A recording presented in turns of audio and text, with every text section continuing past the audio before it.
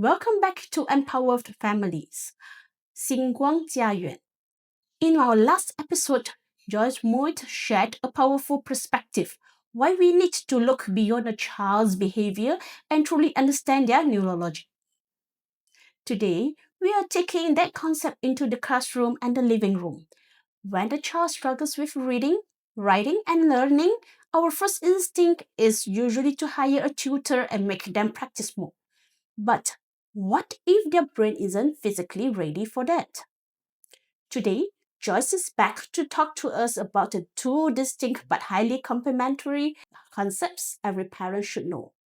That is the Starjump and Move to Learn. Joyce, welcome back. Thank you for having me back again, Felicia. Yeah.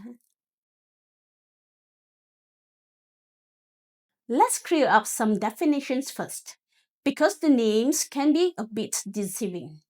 When we hear Starjump, we might think of physical exercise, but it's actually something very different in this context. Can you explain what Starjump is, especially regarding its assessment? Sure, Felicia. So, in reality, Starjump is actually a literacy program. It was developed by a teacher who had a special interest in the indigenous children. So, she was an Australian, and she always wondered how come the indigenous or the Aborigine children, some were managed to cope in school, and some just wouldn't. But when she looked into the profile of those children who weren't studying, she found that some of them were actually very smart. Mhm. So she began to wonder, like, why would a child who is smart not be able to learn? And this is where, from a teacher's perspective, she started putting in some form of assessment to understand how a child learns. Because we all know that we have two sides of the brain, the left brain and the right brain. And in her journey as a teacher, she also realized that the two brains function differently, but they complement each other. The right brain is very visual, and the left brain is very auditory sequential, or it's like a filing cabinet. It remembers things in a long term perspective. So her assessment was framed around understanding how the child's study pattern is, whether they are stronger on the right brain or on the left brain, and what can she do to mitigate this situation so that both sides of the brain are utilized during the learning process.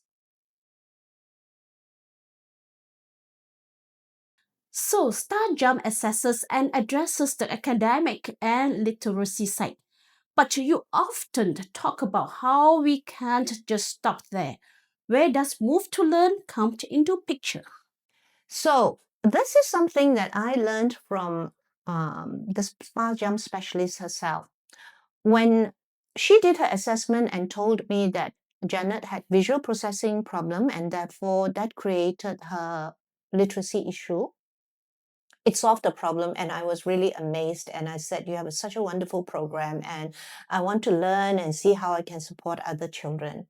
But that was also the time when she opened up to me and said, Joyce, in reality, no expert holds the key to all the solutions. Every child is different and they learn differently. So mine is focusing on a typical child who is just struggling with learning. They have no other underlying issues. In fact, in the whole process, sometimes the child is ready to learn, but there are many other areas that affects the learning. And this is where she said, we need to explore and make sure that the foundation is ready before learning can begin, because learning is a higher part of the whole learning ladder. And based on what she said, I started looking around and I happened to find this program called Move to Learn.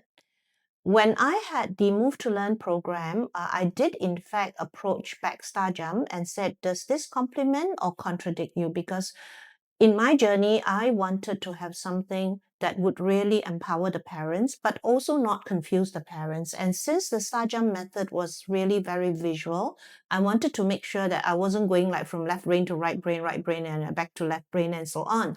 And she said, yes, Move to Learn is totally an independent program that you can use to determine all the other issues that you have. And for parents who are interested, Move to Learn has a free LD profiling application on their website.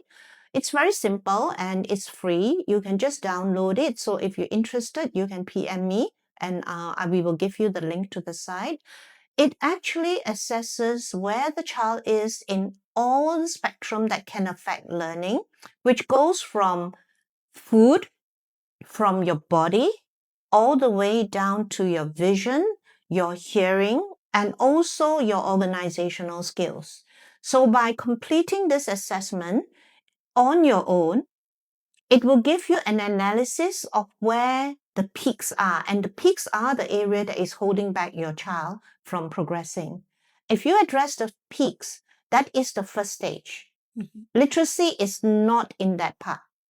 Okay, so for example, if you say your child is not learning, but it shows the peak there that there is something wrong with the sight or the vision, before the child can use the Starjump method, you have to address the vision issue. Then only you can start the Starjump program. So there are two independent programs addressing two different kinds of children's learning ability. Joyce, thank you for sharing. Okay, as a parent coach, how would you tell that what kind of program is it, either a Starjump or a Move to Learn that you will start with your client?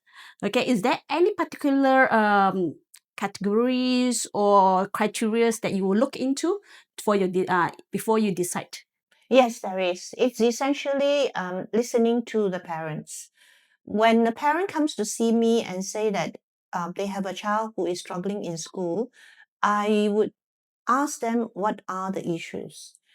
If they just come clearly and say the child is functioning very well, can speak well, can actually communicate well, understands well, everything until they hold a book and then they sleep, I would use the Starjump program and do that as the first assessment. Now, as in all assessments, there's always a score.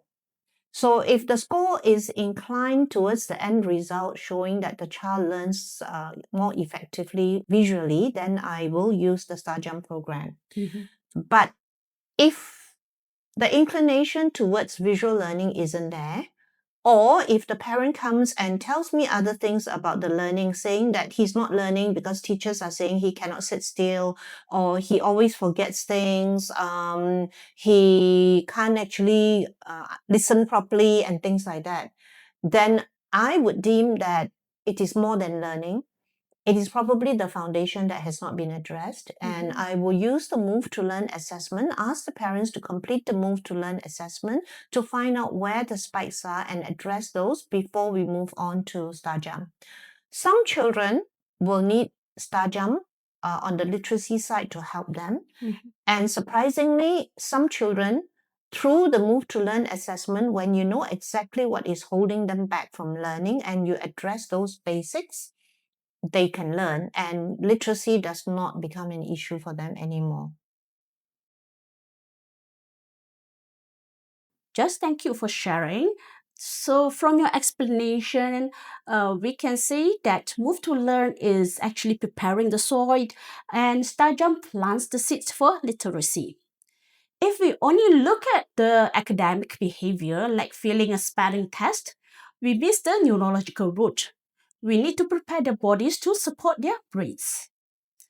Joyce, thank you again for breaking down the difference between star jumps and move to learn.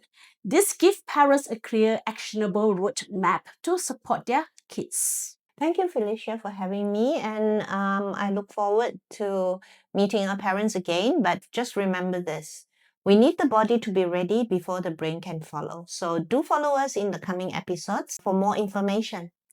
Thank you to everyone watching. If your child is struggling with literacy, remember to look at their foundation. We'll see you in the next episode of Empower Families, 星光家园. In the next episode, Joyce will be sharing with you on her expertise and experiences as a parent coach. We hope to hear more about it from you.